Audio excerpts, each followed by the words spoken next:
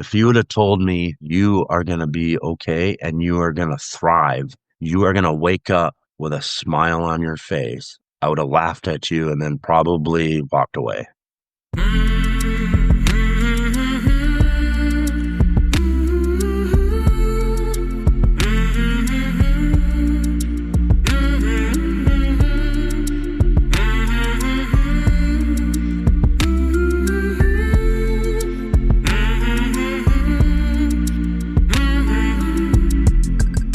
Hey there, my name is Sean, and this is Suicide Noted. On this podcast, I talk with suicide attempt survivors and ideators so that we can hear their stories. Every year around the world, millions of people try to take their own lives, and we almost never talk about it. We certainly don't talk about it enough, and when we do talk about it, when we do engage with those in or around that space, many of us are not very good at it. So one of my goals with this podcast, since we started back in July of 2020, is to have more conversations and hopefully better conversations with attempt survivors, in large part to help more people in more places hopefully feel a little less shitty and a little less alone. Now, if you are a suicide attempt survivor and you'd like to talk, I'd love to talk with you. Please reach out. hello@suicidenoted.com. It's that simple. I'll get back to you and we will set something up. You can learn more about the Suicide Noted podcast wherever you listen to this podcast, whether it's Apple or Spotify. If you listen on Spotify, check out the last couple of weeks' polls, including this week. I'd love your thoughts on that. And you could also go to our website, suicidenoted.com. In addition to listening, the best way you can help right now is follow us on our socials. The three big ones right now: YouTube, TikTok, and Instagram. We've been posting regularly. I think the content is pretty damn cool, pretty important, and I'd love your support there. And remember, soon, maybe this week, I hope I'll be announcing more information about this hopeful, probable national tour. I'm stoked about it. I've gotten a lot of support already from past guests, so thank you for that. I'm really looking forward to it all. Finally, we are talking about suicide on this podcast. My guests and I don't typically hold back, so please take that into account before you listen or as you listen, but I do hope you listen because there is so much to learn. Today I am talking with Phil. Phil lives in Minnesota, and he is a suicide attempt survivor. Hey, Phil. Hey, how you doing? Good. How you doing, man? I'm doing great. Where are you, man? Where do you live? I live in Detroit Lakes, Minnesota. Minnesota. Yeah. I could hear it a little bit when you said that. Detroit Lakes, Minnesota. When people from Minnesota say Minnesota, you can be like, oh, they're from Minnesota. I grew up in California, though, but I've been here since 2010, and I have a little accent now. Number one, thank you very much for doing this and talking with me. I appreciate it. Absolutely. Before we begin, I just want to let you know that absolutely nothing is off limits. I love it. I appreciate it. My audience does too. Yeah, right on. I mean, given the fact of what we're talking about, at least in part, why not go all in, right? Yeah. It's hard to get vets to talk, though. It is very hard. It took me a long time. It took me 17 years. The crazy thing is it's harder to walk around with all of that inside you and beat yourself up and the self-destruction that it causes. And when I started talking and telling my story, and it was very healing and very uplifting. And the Wounded Warrior Project got me there, actually. You said 17 years of walking around, holding it in, essentially. I'm paraphrasing a little bit. Yeah. What changed that you started to open up about it? Well, there was a couple of things. The Wounded Warrior Project had a huge role in where I'm at today. They saved my life, really. The programs and services that I went through, each one got me closer to forgiveness and forgiving myself. For anybody that's listening to this, in order to love yourself, you have to forgive yourself first. As soon as you do that, you can do anything, absolutely anything. My 7-year-old son at the time, Nicholas, he's 11 now. He came into my life at the perfect moment.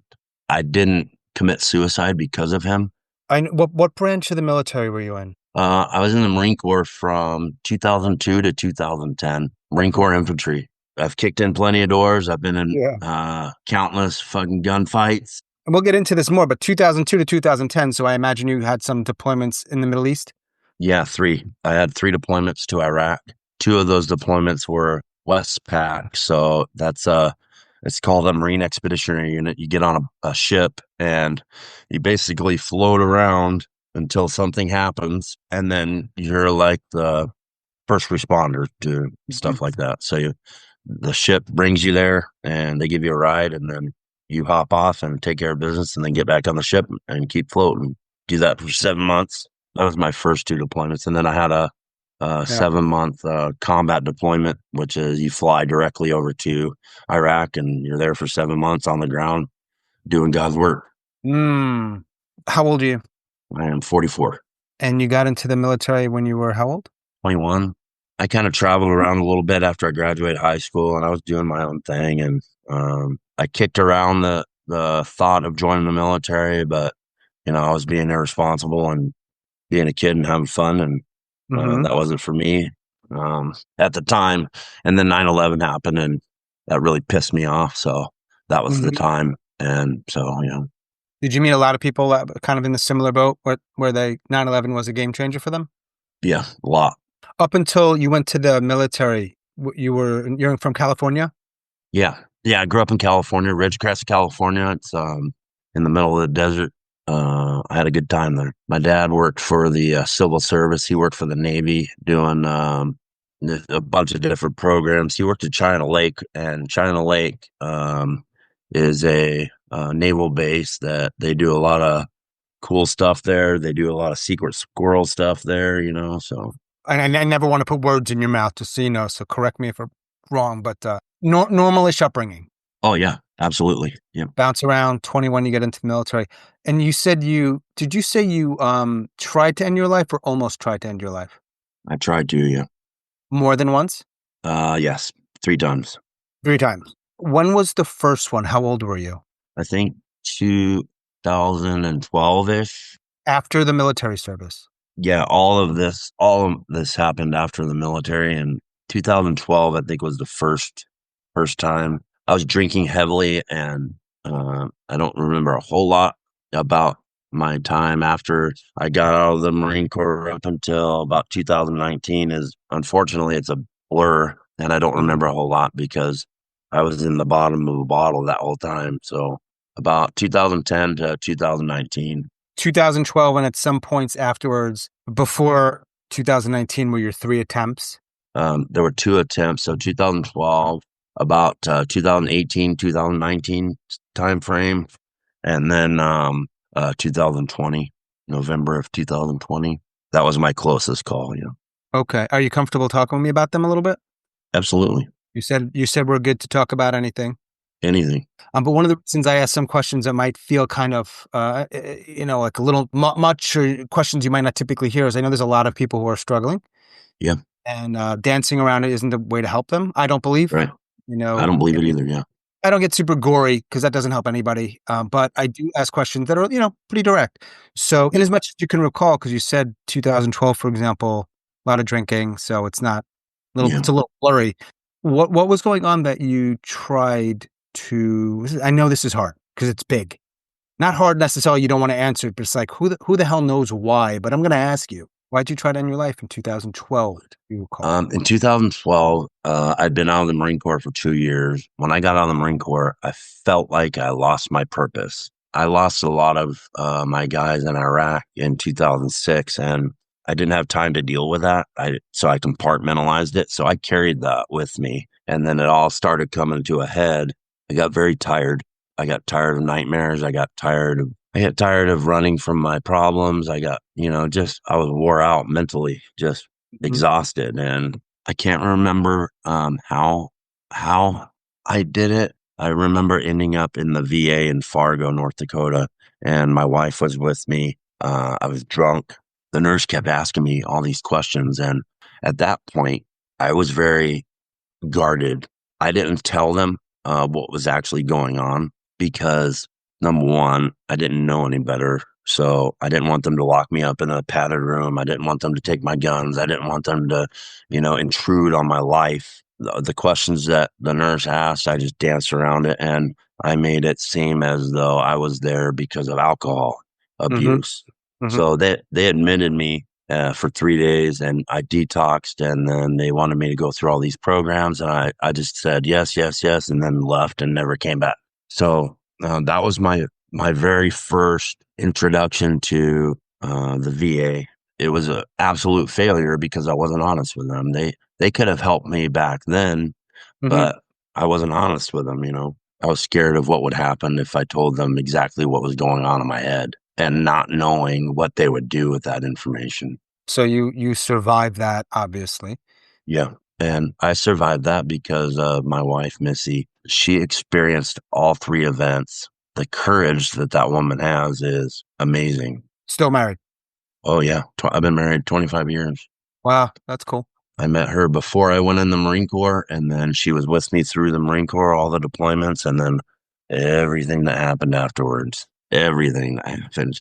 And That's a good story, man. Just you and yeah. her making it happen. I know you have a son. Yep. I have two boys. I have Thomas, he's 24, and then I have Nicholas, he's 11. Here's what I wonder about. When somebody is in the throes of pain, despair, not for a day or a week, it's a tough one, but like, how do you keep going? That is a great question. Why did I keep going? I had a sliver of hope that something would get better. Something had to get better. And I was holding on to that little itty bitty sliver of hope that it would just magically go away. That's why I held on so long. And I felt as though alcohol and drugs alleviated that pain, Mm. even just a little bit. When I drank, and I drank heavily, it almost killed me. When I drank, I didn't drink socially. I drank for one reason, and that was to black out. I would either drink the bar dry or drink whatever I could or black out, one of the two, just so I could have that little bit of peace while I was blacked out. And then when I woke up, I wouldn't remember anything. I think it was the Marine in me that, okay, if I do this, this will work even for just a little bit of time. Problem solvers, man. Yeah, it worked for a little while, so I just kept doing it. It just kept getting worse and worse and worse. A lot of your guys, gals, guys, a lot of the people you served with, I'm going to assume that they were, or at least some of them were in a similar position, particularly after they got back. A lot of them, yeah. I Yeah. talked to somebody recently who was in the army and he served in Iraq. When he got back, it was hard. And I want to ask you a little bit about that too, the transition. But it happened on reference Facebook and how he just kept learning of his buddies dying, Yeah. mostly through suicide. Yeah. I don't know how many we've buried right now in my company. It's more than five, I think, more than six. How big is a company? About 160, maybe. So you probably lose a few over there, but that's just part of war. Yeah, that's part of it. You lose some this way. I'm not a military guy. I said that. Yeah. Probably pretty obvious. How do you communicate or how do you tell people what's it like to be in war? So here's how I would describe war. For me personally, I had an amazing time. It was the greatest time of my life, and it was the worst time of my life. There was no in between. It was either the greatest time of my life or it was the worst. And I've been blown up. I survived that. I can't count how many gunfights I've been in. Let me tell you about a gunfight. There is nothing more intimate than somebody shooting at you. The adrenaline and the high that you get from somebody trying to take your life and you reciprocating that.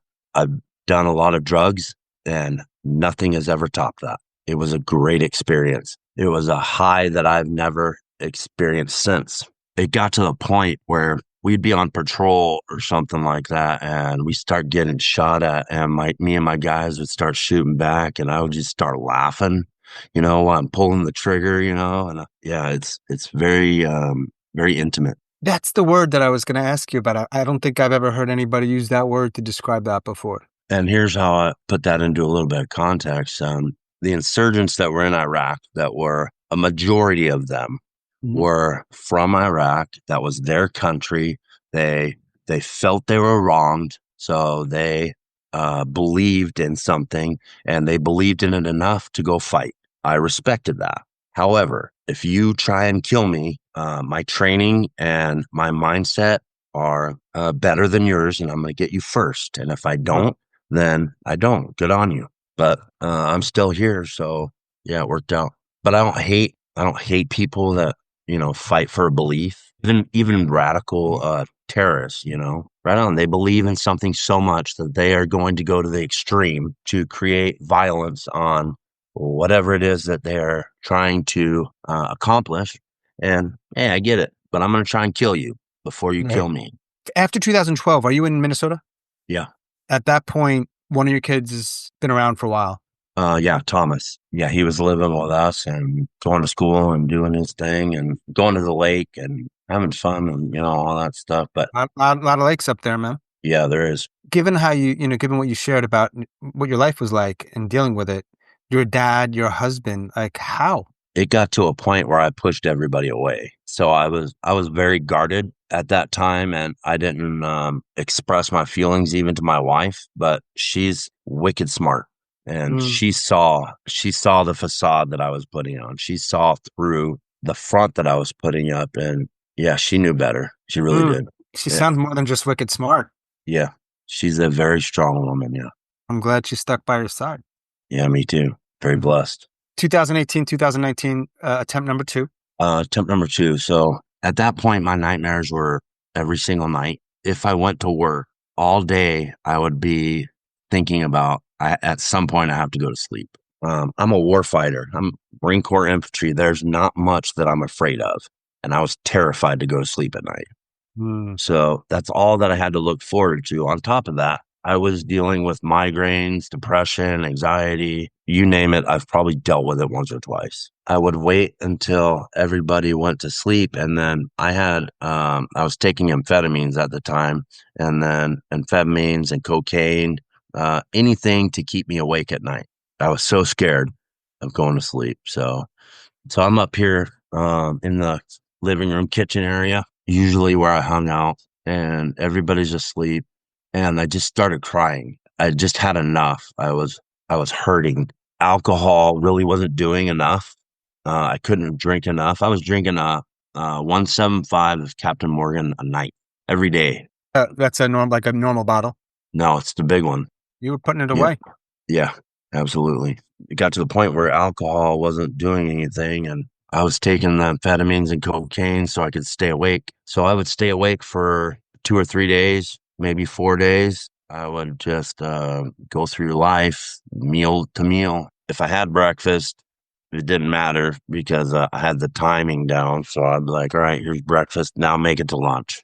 Mm-hmm. Okay, here's lunch. Now make it to dinner. Here's dinner. You know you're going to be up all night, so just make it to midnight. That's how I lived my life for a long time, and that's a very lonely place to be, is to live your life 4 hours at a time. What kind of work were you doing? So from 2012 to 2019, I worked overseas. I was a security contractor for the State Department. That's probably what kept me alive, and I didn't have more attempts sooner, is because when I would deploy for 135 days and then I'd be home for 35. That I just did that rotation, and you can't drink when you go overseas, so I would dry out. Wow. And Okay. then So you would dry out, come back. Wow. That's incredible. yeah, and I was doing high threat protection stuff and for the State Department, and I would dry out for 105 days, come home for 35, and just tear it up. And then I had a heat stroke in March of 2019 in Somalia, and that kind of ended my career there. 2019, I'm home. I got no job. I got no income. I got all this bad stuff going for me. I got nightmares. I have PTSD. I've got depression, anxiety. I have all this on my shoulders. And so I'm standing upstairs, and I'm like, you know what? I'm done. So I always have my 38 readily available. So I grab my 38. It's in my hand. It's loaded. And I'm just walking circles around the table. And I'm like, all right, let's do this. I kept thinking about Missy, and I kept thinking about Nicholas. If I'm not here, what will happen to them? And my love for them sent me downstairs to my room, and I woke Missy up at like 2 or 3 o'clock in the morning, just crying. And she looked at me, and she looked at what I was holding. She just said, "Why are you holding a gun?" I said, "I don't know." She took the gun from me. At that point, her and I were not sleeping in the same bedroom because of nightmares. So she went to the bedroom next door, and we laid down in the bed, and she literally rocked me to sleep. That was my second attempt. Hmm. Shortly afterwards, I joined the Wounded Warrior Project. A friend of mine actually got me to join the Wounded Warrior Project. I signed up for it, and then for like 6 months, I didn't hear anything. I didn't know what to do. I didn't know how to navigate Wounded Warrior Project or what to do. I was getting emails and all that stuff, but I didn't know. I just didn't know how to navigate it. So 6 months later, I get a cold call from one of the outreach specialists, Ben Watkins, amazing guy. And he said, "Hey, I'm doing this summit near you in Fargo. Come down for the weekend. I'll put you in a hotel. You'll learn everything about the Wounded Warrior Project. Are you interested?" At first, I said, "No, let me think about it." Then I went up and talked to Missy, and I'm like, "Hey, this is going on. I don't know." And she's like, "Yep, we're going." I was like, "Okay." Ben had told me that there's no drinking at Wounded Warrior Project events, and I was like, "Shit." So I got to go 2 days without drinking. What am I going to do? Missy said, "It'll be okay. We're going." So we did. We went to Fargo, stayed at the Holiday Inn. We do this summit, and I went 2 days without drinking for Missy. I went there for Missy, not for anything else, not for me, not for the Wounded Warrior Project. I went there for her. We learned a lot. That really got me started with the Wounded Warrior Project. Do you drink now? No, I've been sober for 4.5 years. Wow, congrats on that. Yeah, thank you. So Missy is the reason why you got introduced and went to Fargo and learned about this project. Yeah. That was what, 2000, either late 2019, early 2020. Yeah. Yeah. And at the end of 2020, you have attempt number 3. Yeah. And that's the closest I've ever come. What Yeah. 2020, like obviously 2020 is 2020. Yeah. Horrible year for everybody. So Right. at that summit, I met my guardian angel. His name was Ray Pizarro, and he was a peer support group leader with the Wounded Warrior Project. And he took me under his wing, and he said, "It'll be okay." Because I had told him, "I want what you have. I want to smile. I haven't smiled in 15 years, and that's what I want." He said, "Okay, we can get you there, but you have to do exactly what I tell you." And I was like, "Okay, all right, we'll do it." So I started going to his peer support groups, and then he got me going to the vet center, and then he started introducing me to the VA because he was very active at the VA. He was an advocate for veterans, and that's what he did. He helped veterans. I'm trying to quit drinking at that time. I was trying to do it on my own and with his guidance, and it was hit or miss. It was I'd go a day or two without drinking, and then I'd hammer it and try to catch up. He never judged me about that. He knew when I was drinking. He knew when I was doing drugs, and he would say, "All right, well, there's always tomorrow. We can start over tomorrow. Don't worry about it. We can start over tomorrow." That was huge. I was looking at the time. I was looking for a hand that would not judge me, that would take me on my journey and go with me, because I didn't want to do it all. November 30th, 2020, I was working at a place called McLaughlin's, and it's a boat and RV store. And I was a boat mechanic. I would come home and just retreat inside myself. At that point, I had pushed absolutely everybody away except Ray. My family, my friends. I wasn't going anywhere. I wasn't leaving my house. I wasn't doing anything except trying to survive. November 30th, 2020, I'd been awake for 3 days, and I'd been drinking that whole time, 3 o'clock in the morning, and I'm standing in my kitchen.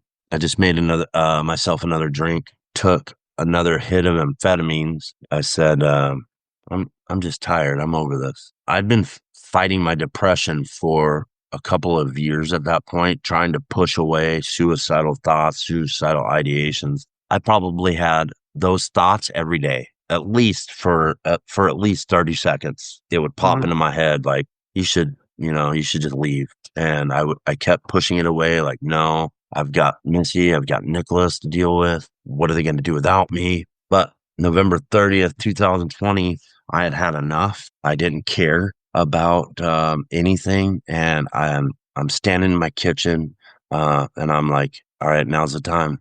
That moment that I decided that's what I was going to do, I grabbed my 38. It wasn't loaded at the time, so I loaded it. I stuck the barrel in my mouth, I put some pressure on the trigger. That moment in time was so peaceful. I guess serenity is a good word because I knew it was going to be done in a second. But I had made a promise to Ray that I would have the courage to survive. I would have the courage to forgive myself for the things I'd done in the past and remember the pain and sacrifice that I had been through up to that point. That's the promise that I made him verbatim. And it meant so much to me that I got tattooed on my hand. Courage, forgiveness, sacrifice, and pain on my hand, tattooed on my hand. And I got it tattooed on my left hand because I'm right-handed, and I knew if I was holding a gun, I would be able to see it. I'm standing in my kitchen. I got this gun in my mouth. I am like a heartbeat away from pulling the trigger. And I looked down at my hand and I saw it. And that gave me a split second to think. And then Nicholas popped into my head. Mhm. Like, oh my God, if I do this, he's going to find me in my kitchen dead. What is that going to do to him mentally? It's going to ruin his life. I put the gun down and I stared at it for a little while and I'm like, no, now's the time. So I grabbed my keys, hopped in my car and I drove to the VA in Fargo, which is about an hour away. I walked into the VA emergency room and I said, I told him what I'd just done. And I said, I need help.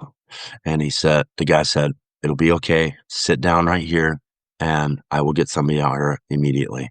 And he did, like literally like a minute later, there were like 3 or 4 people coming out of the emergency room doors and they sat down with me and everybody kept telling me it'll be okay. And they brought me in the emergency room into a room and they're asking me a bunch of questions. And then they gave me a shot. A social worker came in. Her name is Rachel Salquist. She started asking me questions and she asked me, the very first thing that she asked me is, are you okay? And I said, no. And she said, okay, why don't you tell me about it? And I verbally vomited all over her. 15 years of everything that I was holding in. I probably talked for 30 or 45 minutes and all she did was take notes. As soon as I was done, I started getting really, really tired. And I'm assuming it was from the shot that they gave me to calm me down. So I'm done talking to her. And all she said was, you and I are going to get through this together. They put me in the psych ward I think I was there for 4 or 5 days and I detoxed. I was talking to psychiatrists. I got appointments set up. I got, all these things going for me. All I could think about was, okay, you're taking all this stuff away from me, all the alcohol, all the drugs. Now you're going to leave me with nothing but nightmares, migraines, PTSD. You're taking all my coping skills away because I didn't have any coping skills at all. Now what?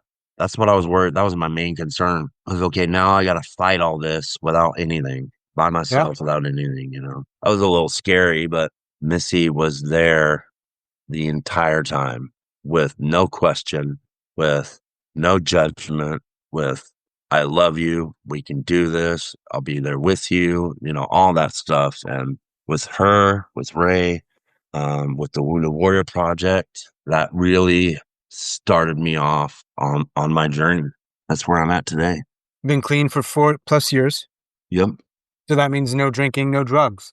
Right. Nightmares?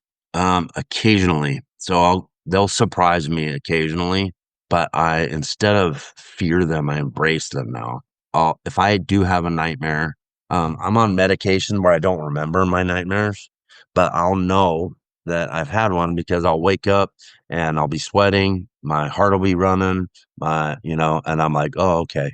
So I'll get up, I'll come upstairs, I'll sit down and I'll just relax, it's okay. Every once in a while, I will remember a nightmare and I just talk myself through it. Like, okay, this happened, this happened, this happened. Okay. Could I have done anything about that? And probably not.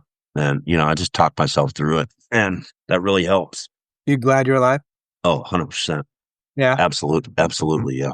That's a hard question to say no to, but not everybody is. Really.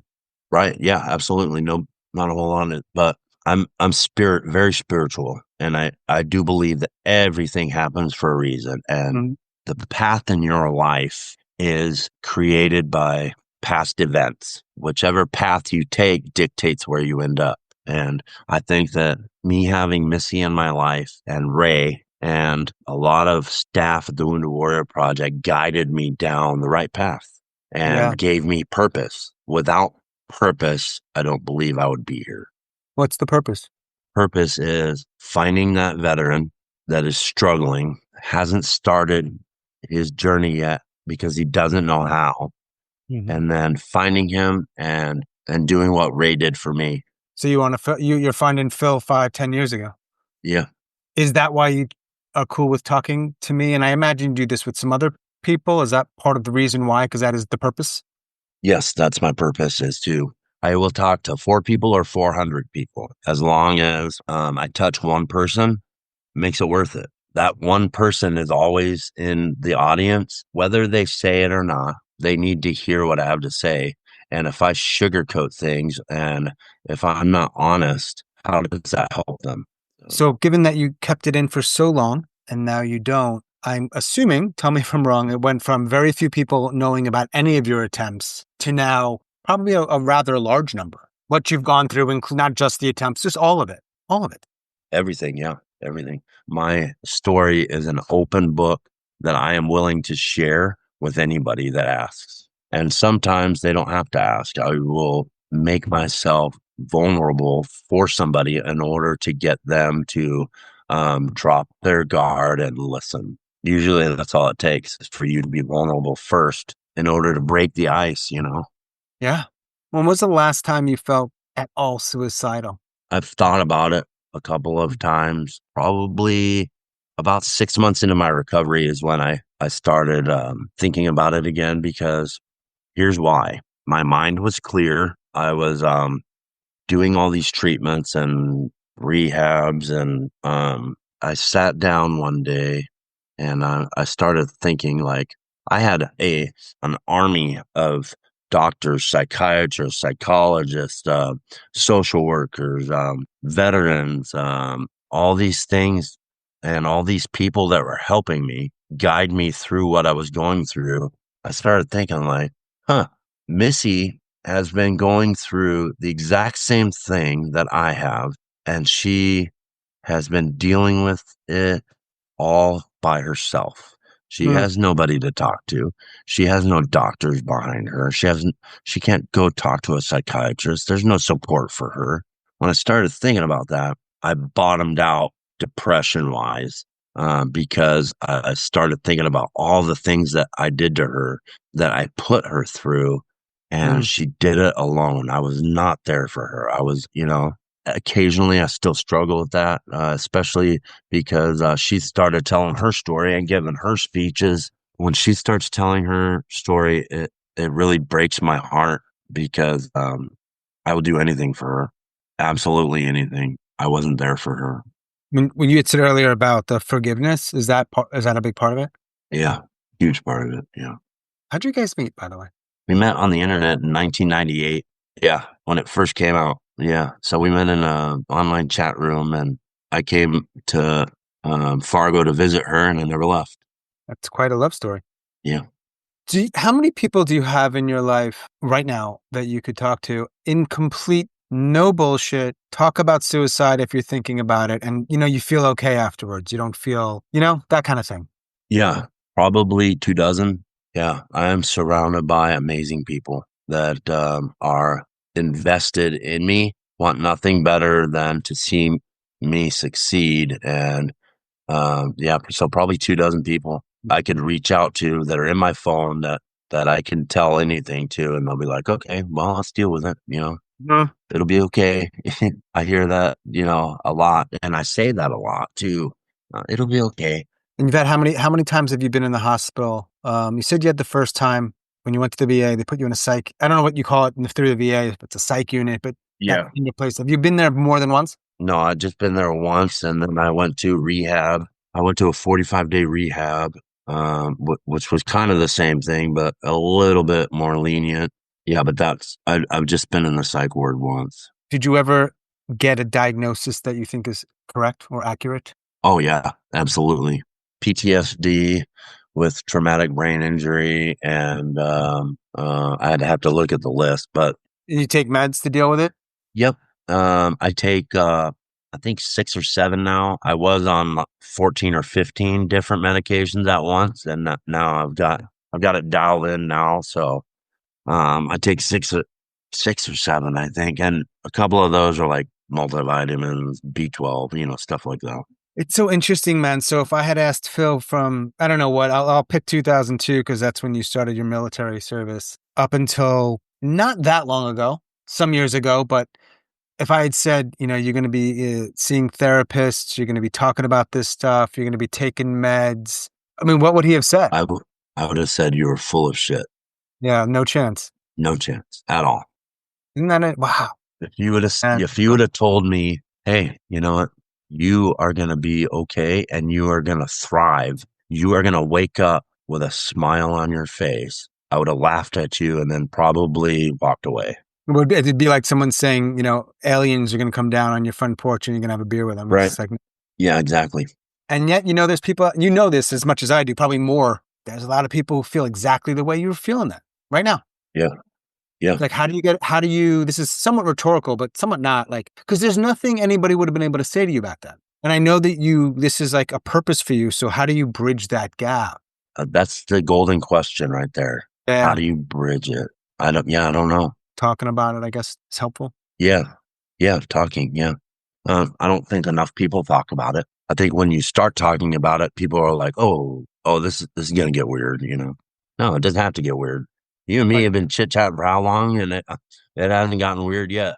That should be my tagline. Try not to make the conversations weird. #. It is true though. Like, I try to approach it just like a conversation about anything, and that might sound weird in and of itself, but it is how I feel about it. We're talking about it. Yeah, I feel the same way. Part of someone's experience in the world and how they lived, and this is part of it, man. Yeah.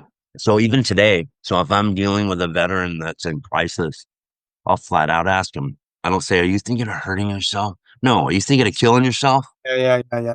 What mindset are you in? Are you going to be okay?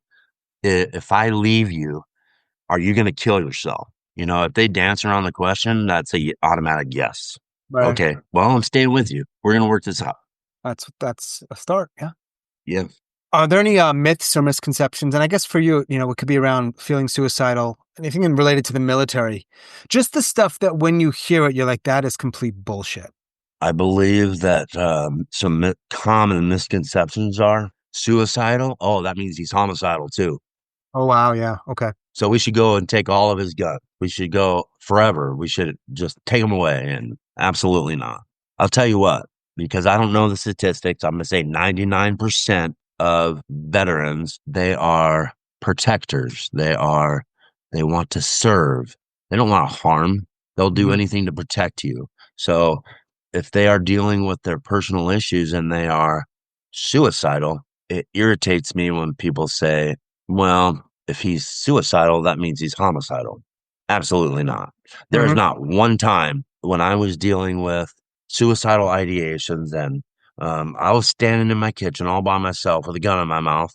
There's not one time that popped into my head, yeah, let me go over here and take a couple people with me. Absolutely not. That pisses me off every time I hear those two terms, suicidal and homicidal, try and be related. You know how you said earlier that, I'm paraphrasing a bit, but like that everyone's got a path and a purpose and the choices you make. I don't know if there was an element of fate in all of that, but if you could go back and do anything differently, given everything you've been through, and it sounds like it's been really fucking hard, let's not call it anything different. Would you do anything differently?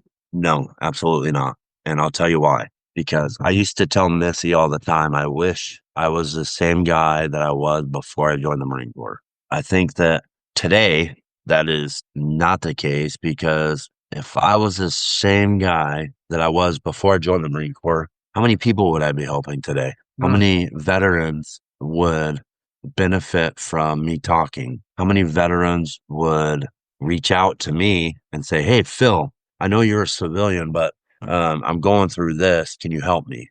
None. Absolutely none. You're right. I do believe there is a little bit of fate in it, that maybe God put me here for a reason. Like God stopped me from pulling the trigger that time. And Yeah, I do believe there's a little bit of fate in it. Believe in God. Oh, yeah, absolutely. So let me tell you this. I believe in God. I believe in Muhammad. I believe in Odin. I believe in all of them. And I'll tell you why. Because I don't want to be wrong. When I die and I go to wherever it is we go, I do not want to stand there and explain myself. Well, you were wrong. And why did you put this particular religion down? Because you were wrong. And I don't want to be wrong. So I'm very spiritual. When you were going through it for all those years, did you have some harsh conversations or harsh words for your God or gods? Absolutely. All the time. Yeah. All the time. And it was a lot of it was self pity, blaming other people and blaming the things that I was going through, blaming it on God. You know why? Because he's easy to do it. He's not standing in front of you and he's not, well, I don't know how to explain that, but yeah, he's not standing in front of you. Easy target, maybe. Yeah, easy target. Yep. The conversation's probably a little different these days. Yep. Is there anything that's come up in our conversation that I was going to ask you what helps you get through the day, what copes, because I know you've made some changes and you've shared some of them. Are there anything that help you that haven't come up? Well, I'll tell you right now, coffee. When I quit drinking, I started drinking coffee religiously. I love drinking coffee, and that's kind of like my addiction. I'm what you call bougie. I'm a coffee snob, so I like Starbucks. I like. Bill, I'm looking at you right now. Bougie was not the first word that came to my mind. Well, when it comes to coffee, yeah, I'm bougie. Yeah, you're bougie. All right. I got a couple more questions, and of course, you can add anything else you want. I'm in no rush. I got a question that weirdly I think I know the answer to, but I ask it to everybody I talk to. I give you this pill. It's pink and purple. Color doesn't really matter, but I was just having fun with it. You take it, you go to sleep, super peaceful, have any dreams you want, you die, no pain. And nobody knows it's a suicide. You just go to sleep, you don't wake up. You could take it, you could save it, you could chuck it. You do anything you want with it. What today at 1:02 p.m. Eastern, somehow magically through Zoom, I give you that pill. What do you do with it? Very good question. What would I do with it? I would pay it forward. I would give it to the next person, and I would tell them, I don't need this. If you feel that you are at a point where you need this, here's what it'll do for you. And if you don't need it, you give it to the next person. Because I'm not here to judge you and say, well, you can make it through it. I made it through it. You can make it through it. That's not what I'm here to do. It's interesting that you say that. Yeah. And the conversations I've had, there are some people that when they get through it or as they go through it, they start talking about it. Yeah, there are some people that it seems, and I'm not judging in either way, truly, that say, I've been through it, don't do it. And there's others, it sounds like you're more in the category of, I've been through it, I'm not going to tell you what to do, ... Yep. I imagine everybody's means well, they just have different ways of communicating. Sure. Yep. That's a very good question you asked. Oh, thanks. I was going to say that's what they pay me to do, but they don't. You speak sometimes. Do you have a title for your memoir, even if you never write it? The third tier. What does that mean? Each tier is a moment in my life where I survived a specific event because of one person. And that one person is my wife, Melissa. The tears are the tears that I shed for her. Oh, I see the tier as a play on words. You clever bastard. Gotta figure out a subtitle, but that's later on. We got the working memoir title. What's the rest of your day look like? So we're hosting Easter on Sunday, so I got some chores to do, got some housework to do, and then whatever the wife has me doing. Today and tomorrow are dedicated to her. So I don't know who listens to this. I have an idea. I can check the numbers and the amount and some of the demographics of who hears these conversations. But I don't know for sure. And some of the people I imagine are serving in the military. Perhaps some are, like you, veterans. Any other thoughts, words, ideas you want to share with me and obviously by proxy them? Stay in the fight. You are absolutely worth it. Stay in the fight. Wherever your path takes you, embrace every single moment of it and don't look back, because the experiences that you have had, it might suck, but it has made you stronger. There are things out there and there are people out there that can help you. You just got to trust them. Number one is start with forgiveness, forgiving yourself. That's in the subtitle. I really appreciate you talking with me. I also appreciate your service to thank you, Sean. tech guys like me, because I ain't a fighter. I'm a marginal lover, so I need the help. Thank you. Well, Thank you for being open. Absolutely. My pleasure. Keep talking, keep doing your thing. I'm glad you made it. Yeah, thank you. Sean, I just dropped my email address and my phone number in the chat. And if you ever have somebody that just needs somebody to talk to, you can give them my number and have them reach out and anytime. That's a kind offer, man, even if they're not military. Yeah, it doesn't matter. Thanks again, Phil, for talking. Take care. As always, thanks so much for listening and all of your support. Special thanks to Phil in Minnesota. Thanks, Phil. If you are a suicide attempt survivor or ideator and you'd like to talk, I'd like to talk with you. Please reach out. hello@suicidenoted.com. And remember, this tour, it's coming, and I'll be telling you more about it real soon. Would love to get you involved if you want to. At a minimum, if you can, if you're not too far away, come join us and check it out. And that is all for this Monday's episode. Stay strong. Do the best you can. I'll talk to you soon.